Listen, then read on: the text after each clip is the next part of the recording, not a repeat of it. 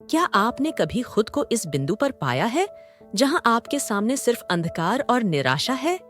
क्या आपके जीवन की कठिनाइयों ने आपको इतनी गहराई में धकेल दिया है कि आपको लगने लगा है कि अब कोई उम्मीद बाकी नहीं रही? जब चारों ओर से समस्याएं और असफलताएं घेर लेती हैं, तो क्या आपको लगता है कि आप अकेले हैं, कि कोई भी आपकी पुकार नहीं सुन रहा?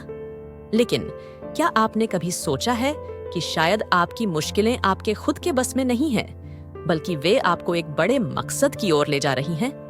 क्या यह संभव है कि इन कठिनाइयों के बीच परमेश्वर आपको कुछ विशेष सिखाना चाह रहे हैं?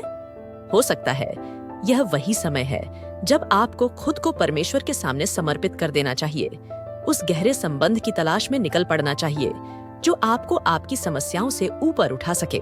और यही वह क्षण है जहां से आपकी यात्रा शुरू होती है, एक यात्रा जो आपको उस अनमोल संबंध तक पहुंचाती है जहां केवल शांति, आनंद और अनुग्रह है। तो आइए इस सफर की शुरुआत करें। इस यात्रा का मकसद सिर्फ आपकी जिंदगी में सकारात्मक बदलाव लाना ही नहीं है, बल्कि आपको उस अद्भुत अनमोल उपहार का अनुभव कराना है जो परमेश्वर की उपस्थिति से मिलता है। आज हम एक ऐसी कथा को गहराई से समझेंगे जो सिर्फ एक ऐतिहासिक घटना नहीं है, बल्कि हमारे दिन प्रतिदिन के संघर्षों में भी एक महत्वपूर्ण संदेश छिपाए हुए है। जब हम निर्गमन की किताब में 33वें अध्याय की ओर बढ़ते हैं, तो वहां पर हमें मूसा की घटना देखने को मिलती है। मूसा, जो परमेश्वर के चुने हुए दास थे, अपनी भेड़ों को छोड़कर तंबू के बाहर छावनी से दूर परमेश्वर से मिलने के लिए जाते थे।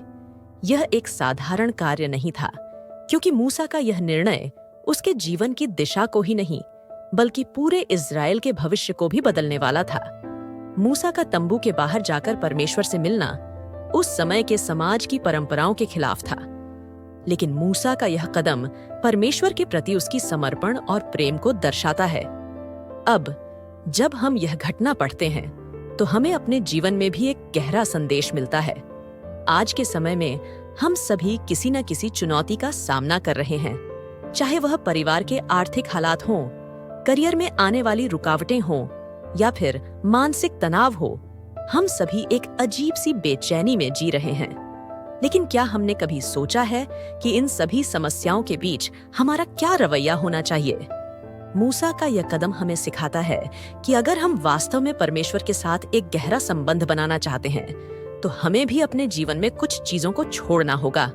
हमें भीड़ से बाहर आना होगा, उन चीजों से दूर जाना होगा जो हमें परमेश्वर से दूर कर रही हैं। जब मूसा तंबू के पास जाता था, तब सभी लोग अपने अपने दरवाजों पर खड़े होकर उसे देखते रहते थे। वे जानते थे कि यह कोई साधारण मुठभेड़ नहीं थी, बल्कि यह एक विशेष मुलाकात थी, जहां पर मूसा और परमेश्वर के बीच सीधी बातचीत होती थी। मूसा का यह साहस हमें सिखाता है कि अगर हम परमेश्वर की ओर कदम बढ़ाते हैं, तो परमेश्वर भी हमें निराश नहीं करता।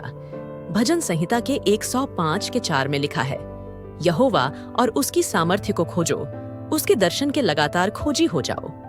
यहाँ पर खोजने का अर्थ सिर्फ एक साधारण खोज नहीं है, बल्कि यह एक गहरी, हृदय से निकली खोज है जो हमें परमेश्वर के निकट ले जाती है। जब हम परमेश्वर की खोज में अपने मन और आत्मा को लगाते हैं, तभी हम सच्चे आनंद का अनुभव कर सकते हैं। जब हम यिर्मयाह के 29 के 11 से 13 आयत को पढ़ते हैं, तो हमें परमेश्वर के उस अद्भुत वचन का अनुभव होता है जहां पर लिखा है, क्योंकि मैं जो कल्पनाएं तुम्हारे विषय में करता हूं, उन्हें मैं जानता हूं। वे हानि की नहीं, बल्कि शांति और समृद्धि की हैं, जो तुम्हारे भविष्य को उज्जवल बनाती हैं। लेकिन इसके आगे जो लिखा है वह और भी महत्वपूर्ण है।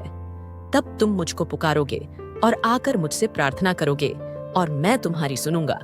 तुम मुझे ढूंढोगे और पाओगे भी, जब तुम अपने संपूर्ण मन से मेरे पास आओगे।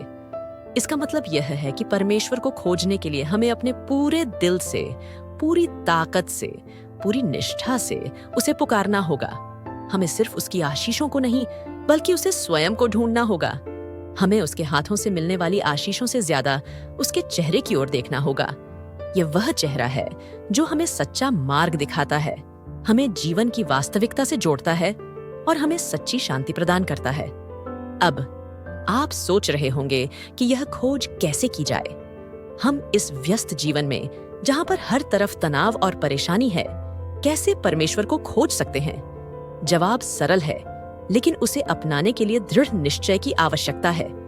सबसे पहले, जब आप सुबह उठते हैं तो दिन की शुरुआत परमेश्वर से बातचीत से करें। 10 से 15 मिनट का समय अलग निकालें और परमेश्वर से मार्गदर्शन मांगें। अपनी समस्याओं को उसके सामने रखें और पूरे दिन के लिए उसकी शक्ति और शांति की याचना करें।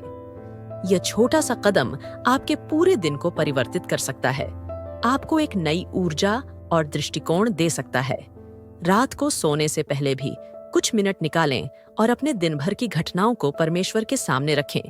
यह समय आपके और परमेश्वर के बीच का सबसे महत्वपूर्ण समय हो सकता है, जहां पर आप अपने सभी बोझों को उसके सामने रख सकते हैं और उसे अपनी चिंताओं का समाधान करने दे सकते हैं। जब हम इब्रानियों की 10 के 19 से 21 आयत को पढ़ते हैं तो हमें यह पता चलता है कि प्रभु यीशु मसीह ने हमारे लिए वह मार्ग खोल दिया है जिससे हम परमेश्वर के अनुग्रह के सिंहासन के सामने बिना किसी संकोच के जा सकते हैं। यह एक अद्भुत और अकल्पनीय सौभाग्य है जो प्रभु यीशु मसीह के बलिदान के कारण हमें मिला है। दूसरी बात, जब हम परमेश्वर को खोजते हैं तो हमें सचेत रूप से अपने आप को उसके लिए उपलब्ध कराना होगा। हमें अपने दिन भर की गतिविधियों में से कुछ समय निकालना होगा ताकि हम परमेश्वर से बातचीत कर सकें, उसकी इच्छा को समझ सकें और उसके निर्देशों का पालन कर सकें। अब जब हम मूसा की बात करते हैं तो हमें याद आता है कि मूसा केवल भीड़ में रहकर परमेश्वर को खोजने की कोशिश नहीं करता था। वह भीड़ से दूर एकांत में जाता था ताकि वह परमेश्वर से सीधी बातचीत कर सके। यह हमें सिखाता है कि परमेश्वर के साथ संबंध बनाने के लिए हमें भीड़ से अलग होकर, अपने विचारों और चिंताओं से अलग होकर सिर्फ और सिर्फ परमेश्वर पर ध्यान केंद्रित करना होगा। हमें अपने दैनिक जीवन के शोरगुल से हटकर अपने आप को परमेश्वर के लिए समर्पित करना होगा। जब हम निर्गमन की 33वें अध्याय की 18वीं आयत में मूसा को देखते हैं तो हमें पता चलता है कि मूसा ने परमेश्वर से कहा, मुझे अपना तेज दिखा दे। यह एक साधारण आग्रह नहीं था, यह एक गहरी आत्मिक प्यास थी जो परमेश्वर के पूर्ण दर्शन की इच्छा थी। परमेश्वर की महिमा को देखने की यह प्यास मूसा को उस स्थिति में ले गई जहां पर वह परमेश्वर के साथ एक नई ऊंचाई पर पहुंच गया। यह प्यास हमें भी अपने जीवन में एक नई दिशा देने का सामर्थ्य रखती है। जब एक बंदा परमेश्वर को सच्चे दिल से, पूरे मन से, पूरी शिद्दत से खोजता है तो परमेश्वर उसके सामने अपने आप को प्रकट करने के लिए, अपने तेज को दिखाने के लिए, अपने अनुग्रह और दया को उंडेलने के लिए तैयार हो जाते हैं। यही बात हमें प्रेरित करती है कि हम भी अपनी जिंदगी के हर पहलू में परमेश्वर को ढूंढें। देखिए, जीवन के संघर्ष और परेशानियां अक्सर हमें परमेश्वर से दूर कर देती हैं। हम अपनी समस्याओं में इतना उलझ जाते हैं कि हमें समझ ही नहीं आता कि हमें परमेश्वर की आवश्यकता है, परमेश्वर का मार्गदर्शन चाहिए।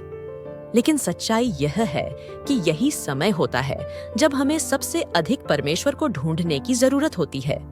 परमेश्वर के वचन में लिखा है, मुझसे पूछो तो मैं तुम्हें उत्तर दूंगा और जो बातें गुप्त हैं, जिन्हें तू नहीं जानता, वे तुझ पर प्रकट करूंगा। यिर्मयाह वचन 33:3। परमेश्वर का वचन हमें यह सिखाता है कि जब हम उसे सच्चे दिल से खोजते हैं तो वह हमारे जीवन के सबसे कठिन समय में भी हमारी सहायता करता है। युवाओं, जो आज अपने जीवन की हर एक कठिनाई में उलझे हुए हैं, परमेश्वर का यह वचन आपके लिए है। जब आप यह महसूस करते हैं कि कोई भी आपकी सहायता नहीं कर सकता, तब याद रखें कि परमेश्वर आपके साथ हैं।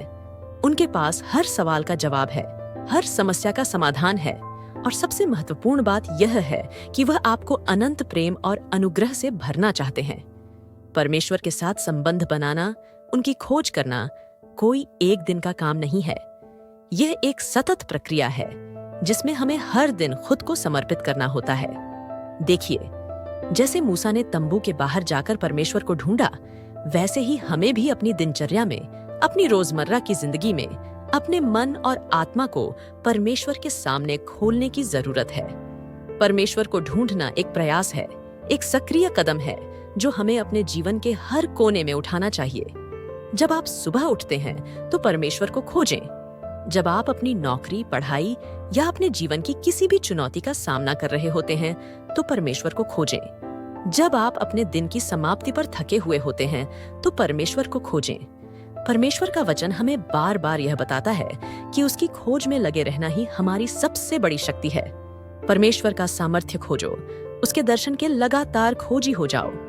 भजन संहिता वचन 105:4। युवाओं, आप जो अपने जीवन के संघर्षों में हार मान चुके हैं, अपने सपनों को छोड़ने के कगार पर हैं, परमेश्वर से यह कहें कि हे परमेश्वर, मैं आपको खोजता हूँ, मुझे आपकी जरूरत है, मेरी मदद करें। परमेश्वर आपको सुनेंगे, वह आपकी प्रार्थनाओं का उत्तर देंगे। जब हम यिर्मयाह वचन 29:11-13 को पढ़ते हैं, तो यह हमें स्पष्ट रूप से बताता है कि परमेश्वर की योजनाएं हमारे लिए हमेशा अच्छी होती हैं, हमारी भलाई के लिए होती हैं।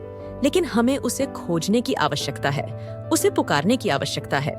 परमेश्वर का वादा है कि जब हम उसे पूरे दिल से खोजेंगे, तो वह हमें मिलेगा, और वह जो हमें देगा, वह हमारे जीवन को बदल देगा।